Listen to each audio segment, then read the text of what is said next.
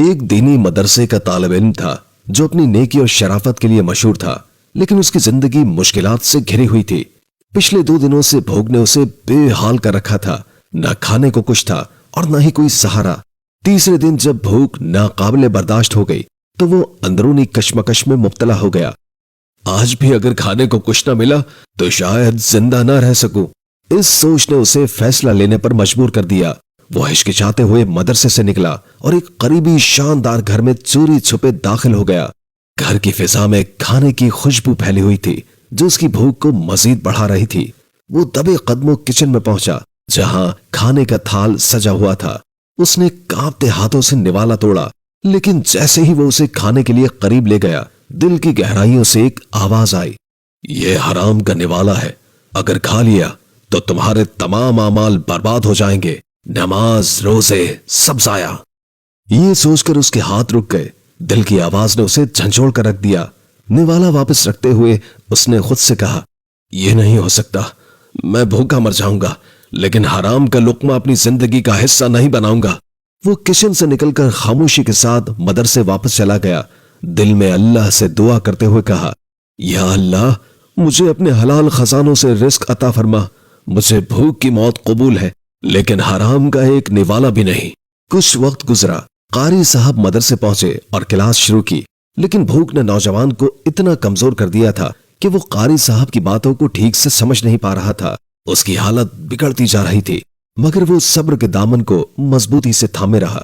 Class ختم ہونے کے بعد ایک باپردہ عورت قاری صاحب کے پاس آئی اور ان سے بات کرنے لگی۔ قاری صاحب نے گہری توجہ کے ساتھ اس کی باتیں سنی اور پھر ارد گرد نظر دوڑائی۔ تمام طالب علم جا چکے تھے سوائے نوجوان کے جو کہ کمزوری کے باعث وہاں بیٹھا ہوا تھا۔ قاری صاحب نے اس سے مخاطب ہوتے ہوئے کہا، بیٹے، کیا تم شادی شدہ ہو؟ نوجوان حیرانی سے ان کی طرف دیکھنے لگا، پھر آہستہ سے نفی میں سر ہلا دیا۔ قاری صاحب نے دوبارہ کہا، اگر تم شادی کرنا چاہو تو میں تمہاری مدد کر سکتا ہوں۔ نوجوان نے بے بسی کے ساتھ جواب دیا، قاری صاحب، میرے پاس تو کھانے کو روٹی تک نہیں، میں شادی کا سوچ بھی نہیں سکتا۔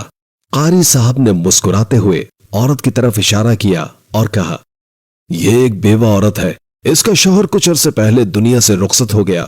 اس کے پاس گھر بھی ہے، جائیداد بھی، لیکن اسے ایک نیک اور دیانتدار شریک حیات کی ضرورت ہے۔ اگر تم راضی ہو تو میں تمہارا حق مہر ادا کر کے ابھی تمہارا نکاح پڑھا دیتا ہوں۔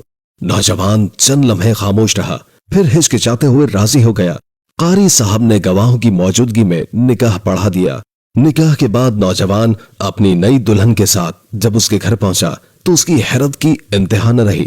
یہ وہی گھر تھا جہاں وہ کچھ دیر پہلے چوری کرنے آیا تھا۔ جب دلہن نے اپنا نقاب اتارا تو نوجوان کی آنکھیں حیرت سے کھلی کی کھلی رہ گئیں۔ وہ اس کی خوبصورتی دیکھ کر دنگ رہ گیا۔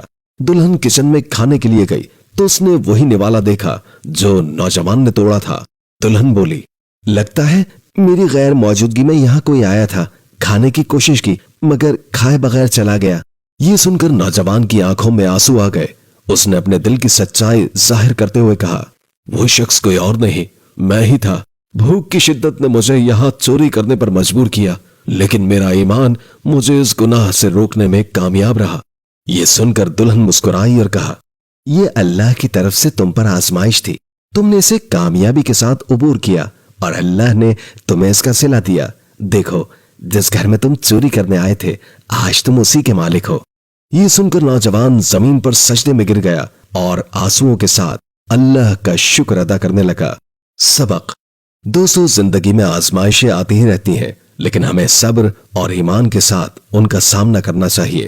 اللہ تعالیٰ اپنے نیک بندوں کو آزماتا ہے، اور جو ان آزمائشوں میں کامیاب ہو جائے اسے دنیا اور آخرت دونوں میں عظیم انعام سے نوازتا ہے۔